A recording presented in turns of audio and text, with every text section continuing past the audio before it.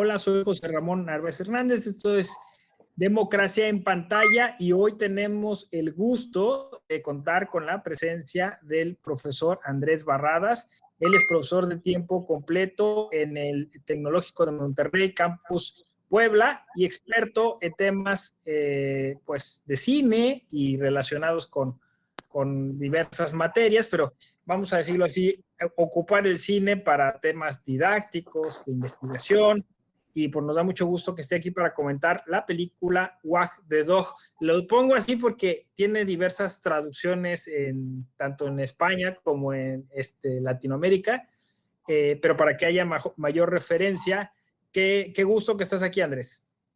Muchas gracias, José Ramón. En verdad, el gusto es mío que podamos tener una charla muy amena sobre este film del 97. Así es, este film de Levinson, Barry Levinson, que como decía yo, tiene como títulos en algunos países Cortina de Humo o Mientras que matan, Escándalo en la Casa Blanca, pero quizá diciendo quiénes son los que lo protagonizan, que son Dustin Hoffman y Robert De Niro, la gente lo puede ubicar mejor. Sí, y que también aparece por ahí una jovencísima Kirsten Dunst, ¿no? En uno de los personajes en una historia subalterna. Sí, Que, exacto. Que entonces, es hija por lo que entiendo, de un famoso productor de Hollywood, ¿no? Y que la fue desde muy chiquita colocando en algunos papeles ahí. Pero sí, efectivamente también. Y bueno, pues esta película que podemos catalogar como una comedia negra, que tiene que ver con un presidente que está a punto de reelegirse y que se ve involucrado en un escándalo sexual, ¿no? Es así. efectivamente, los tiempos, bueno, yo alguna vez escuché un amigo que me decía, la política es de tiempos y circunstancias, y justamente se da una circunstancia adversa a las intenciones que tiene el presidente de reelegirse y en tiempos electorales. Entonces la película parte de allí, la premisa es así de sencilla, entre comillas, un escándalo que puede ser un gran problema para lograr la reelección con un electorado que va a estar muy atento a cualquier tipo de noticia que surja al respecto. Y los protagonistas, bien dices, Robert De Niro y Dustin Hoffman. Y bueno, pues dicho así, incluso resulta hasta contemporánea o actual la película, porque aunque efectivamente todavía en este momento no se maneja el asunto de las redes sociales, sí hay una cuestión ahí como de mediatización o de generar una enorme fake news, ¿no? O sea, esa es la historia, o sea, la historia es de cómo es que van a crear una historia que sea verosímil para desviar la atención de lo que es el escándalo y cómo se ve involucrado pues estos personajes al servicio del poder político para lograr generar lo que llaman los expertos un sesgo en el modelo de comunicación política. Soy yo muy sofisticada, un poco eso, ¿no? Sí, sí, lo que algunos le llaman, como bien decías, ¿no? El título de la peli, Cortina de Humo, y cómo generar, ¿no? Un acontecimiento que permita llamar la atención hacia otro rumbo o distraer de pues, el evento que de inicio nos llamaría a todos poderosamente la atención como para no reelegir o no votar por la reelección de un presidente que está envuelto en un escándalo sexual. Y en ese sentido es que la cinta, yo en su momento, la primera vez que la vi, me encantó. Las interpretaciones tanto de Robert De Niro como de Dustin Hoffman son increíbles. Creo que el casting fue muy, muy adecuado, porque gran parte de lo que se muestra es este juego o dilema ético constante y que excelentemente representado por ambos, ¿no? Mientras que uno persigue un objetivo por el cual lo contrataron, que es Robert De Niro, y que tiene el objetivo férreo de distraer la atención de la gente hacia otros eventos, pues el otro, que es como la subcontratación, pues es quien persigue este anhelo artístico de montar una obra maestra, ¿no? Que es interpretado por Dustin Hoffman. Y en ese camino es que vamos encontrando varias acciones, pues una detrás de otra y cada vez van increciendo hasta que se desarrolla una supuesta gesta bélica en un país que nadie conoce según ellos, bueno, poco conocido tal vez, y cómo se desarrolla toda una producción alrededor de esta gran historia de cortina de humo, ¿no? Sí, fíjate que ahora que lo comentas, a mí me llama la atención mucho esta parte del increciendo que dijiste, ¿no? O sea, es decir, como dicen popularmente, ¿no? Una mentira va sumando más mentiras hasta que se vuelve una bola de nieve, ¿no? Una súper mentira. Y claro, mientras que uno es su trabajo, otro lo ve como un asunto de una oportunidad, es decir, así de desarrollo creativo, ¿no? E, e incluso como un reto, o sea, Sí, porque es la gran oportunidad que tengo para mostrar mis capacidades artísticas, ¿no? Y de dirección y de diseño y puesta en escena, pero a la vez se convierte en un reto tan fuerte que director, productor me parece que era, sí. se pone a pensar en cuáles serían los mejores detalles. Recuerdo clarísimo el detalle del gato, ¿no? De cómo encontrar el gato ideal para que esta niña víctima de la guerra que no existe, ¿no? Sea ad hoc a el personaje pues, de esta niña adolescente y que como víctima podría representar a un gran segmento de la población y que es lo que está buscando, ¿no? La empatía, eh, la identificación con ciertas emocionalidades y que eso no te permita seguir teniendo este pensamiento racional y objetivo y te recuerde qué es lo que hizo tu presidente. No, y luego la falsificación del disco, ¿no? De 78 revoluciones por minuto, digamos, la alteración de objetos que podían probar o reforzar la historia, ir a la biblioteca del Congreso, o sea, una serie de cuestiones que claro, es parte de la comedia, pero que muy bien representan esto que dices, la cortina de humo, que curiosamente en México no ha sido la excepción, ¿no?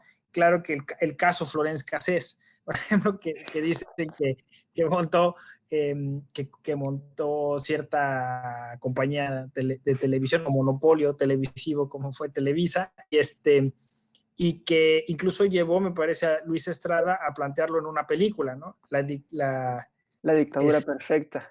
Sí, exacto. Entonces, creo que ha habido otros momentos así y seguro en otros espacios, en otros sistemas políticos han intentado algo similar. Fabricar una historia que en este caso ya, o sea, ya involucrar a otro país y una guerra y eso sí parece una reducción al absurdo, ¿no? Sí, desde luego, vaya, llevan este tema de la utilización de los medios de comunicación al paroxismo. Sin embargo, es bien importante recalcar que además, bueno, esta cinta se puede abordar desde diversas áreas, ¿no?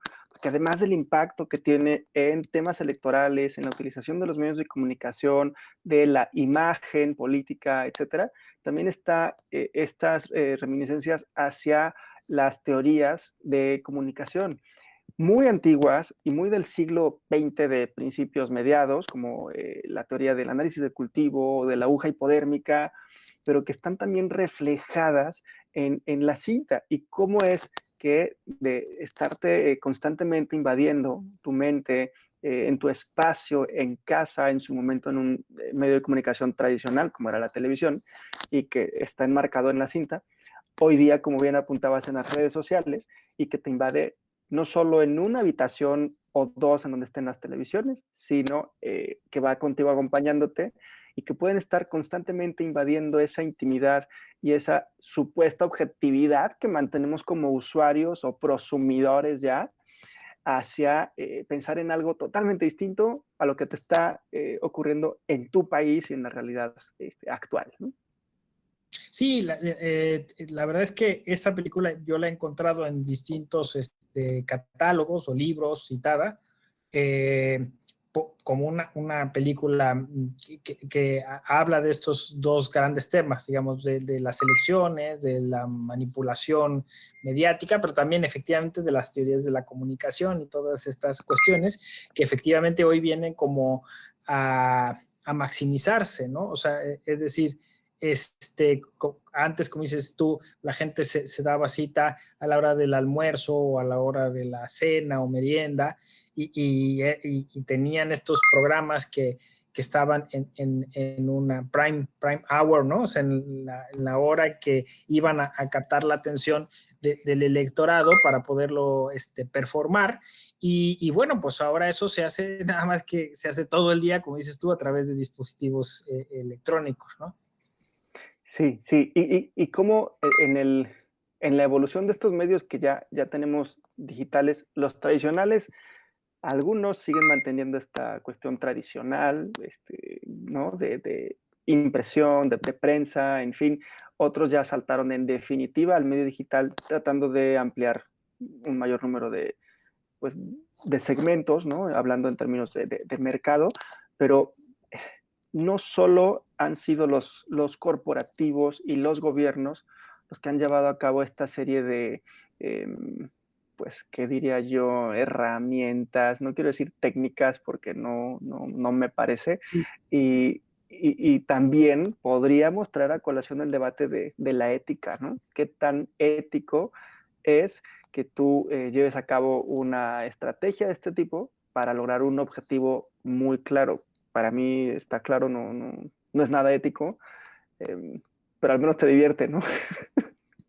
Pues, o sea, de hecho, si lo ves así, la exacerbación de esto es la política trumpiana, ¿no? O sea, donde el show business se volvió político y viceversa, ¿no? O sea, es decir, todo el sistema electoral estaba vaciado en esa cuestión mediática y que me parece entró en crisis, tronó y hoy está como muy, muy tambaleante, pero sí, claramente todo, digamos, el contexto norteamericano, las elecciones están planteadas como eso, como una especie de espectáculo, ¿no? Y toda la vida pública norteamericana, y claro, muchos países, incluso el nuestro, van en algunos casos imitando, tratando de intentar esa misma fórmula que claro, en un país como el nuestro, donde no todo el mundo tiene acceso a esas imágenes, quizás es más difícil o complicado lograrlo, pero, pero claro que se ha intentado también en estas latitudes. Sí, y sobre todo yo traería a colación también a dos grandes autores que a mí pues, siempre los suelo comentar en algunas de mis clases. Uno de ellos es Castells, Manuel Castells, que también justamente en los 90 nos aportaba, ¿no? Esta idea de la sociedad red y en este Internet de las cosas, en donde las tecnologías de la comunicación nos acercarían. Y el otro es McLuhan y su aldea global, y pues la idea de que el medio es el mensaje, y que de nuevo son teorías ya de hace mucho tiempo. Yo iría un paso más adelante. Creo que no solo es el medio el mensaje, sino el usuario termina siendo el mensaje. Ya comentabas Trump, es un caso de verdad de estudio, que en cuanto deje la Casa Blanca va a pertenecer y va a formar parte de la casuística en cualquier tipo de universidad pública y privada, porque un tipo con esa capacidad de influir en el mundo con 2 o 3 tweets, eso es algo de verdad para estudiar. Sí, sí, la posverdad, ¿no? Y todas estas cuestiones de nuestra generación inician o arrancan en ese siglo XX, en este cinismo político que vemos en la película Wag the Dog, y que va llevándose con mucha maestría por Levinson. Y claro, a Dustin Hoffman no le costaba la comedia, quizá Robert De Niro empezaba, hacía papeles más serios, pero bueno, pues justo hacen una dupla genial, porque de eso se trata, ¿no? O sea, como el policía malo y el policía bueno, ¿no? Y entonces van de alguna manera tejiendo historia que parece irreal, que está basada en una novela de Beinhardt, que se llama American Hero, y que ya en ese momento, o sea, era un planteamiento bastante verosímil.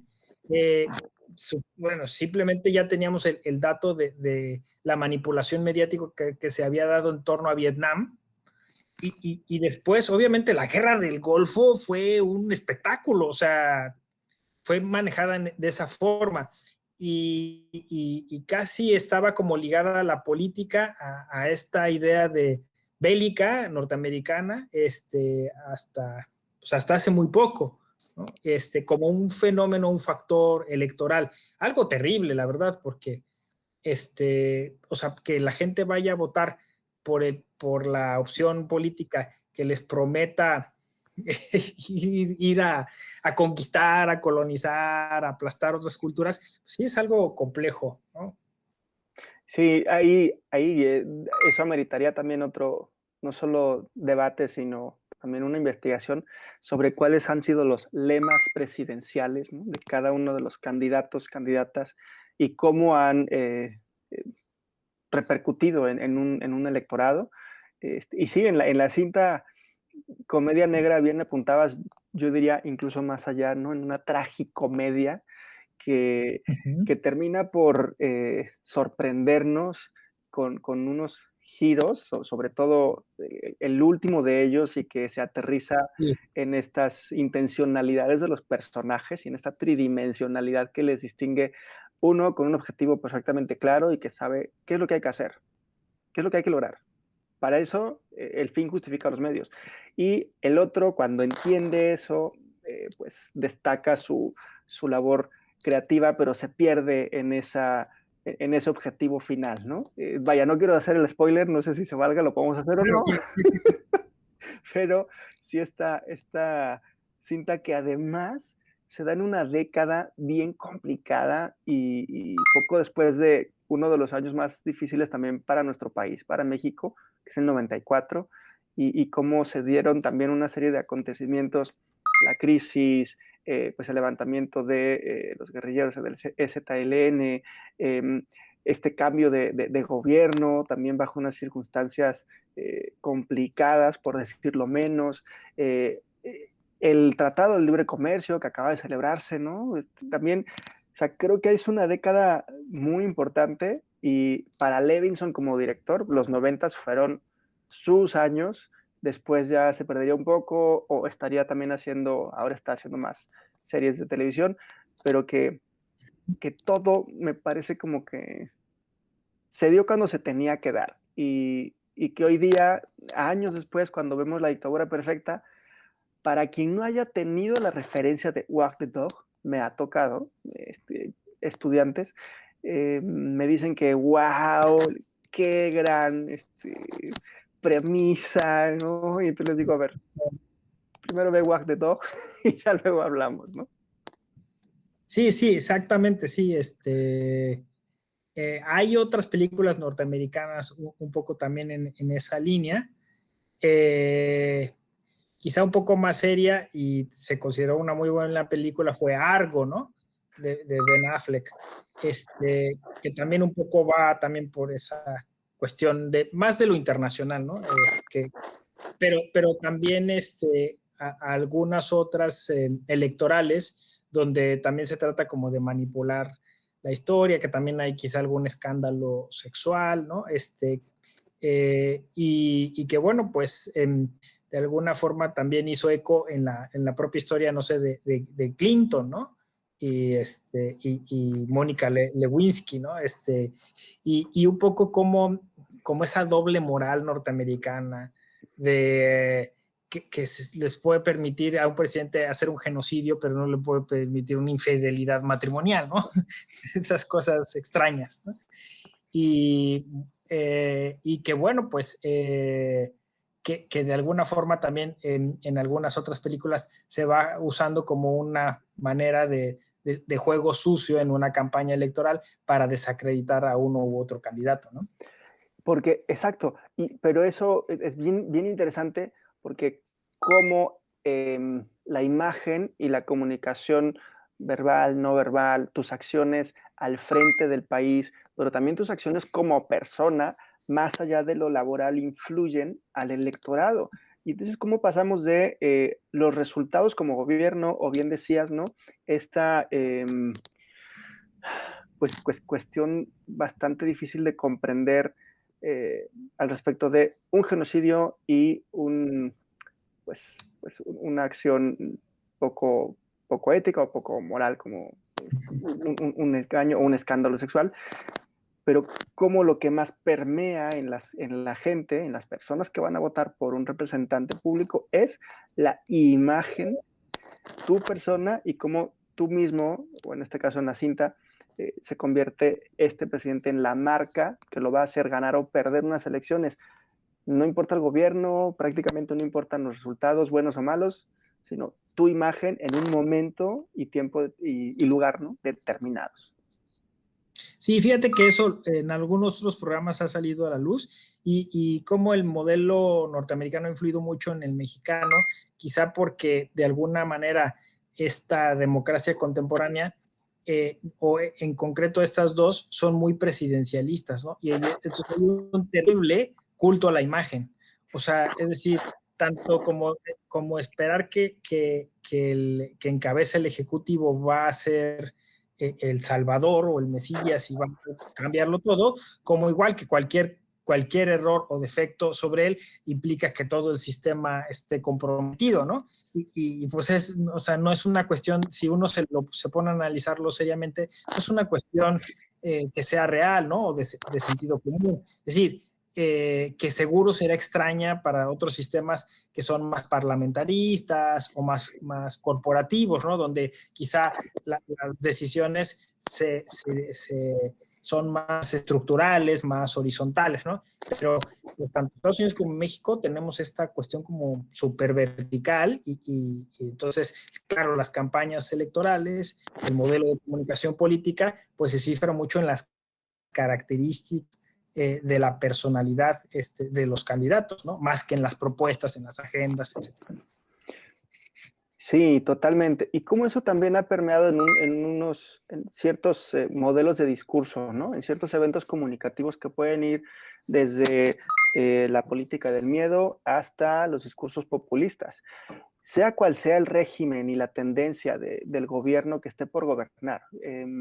Vaya, puede ser un gobierno o un discurso populista de izquierdas, de derechas, de centro, de extrema derecha, de extrema izquierda, pero ese discurso populista también ha sido una constante, me parece, ya en los últimos años, en América Latina, en Estados Unidos incluso también, de esta salvación, ¿no?, de este enemigo que cada 10 años se encuentra en otras latitudes, o quién sabe dónde está, pero ese es el enemigo, o de forma más contemporánea, el enemigo al interior de la nación que no nos permite seguir adelante, y se produce una división, el famoso divide y vencerás.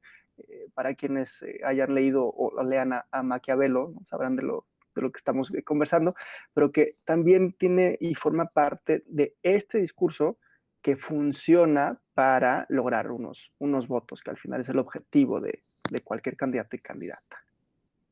Sí, mientras digamos que la sociedad civil no sea crítica, no tenga las herramientas para discernir la información, y no seamos más exigentes, pues seguramente estaremos muy a expensas de estos vaivenes, ¿no? De estas propuestas un poco manipuladoras.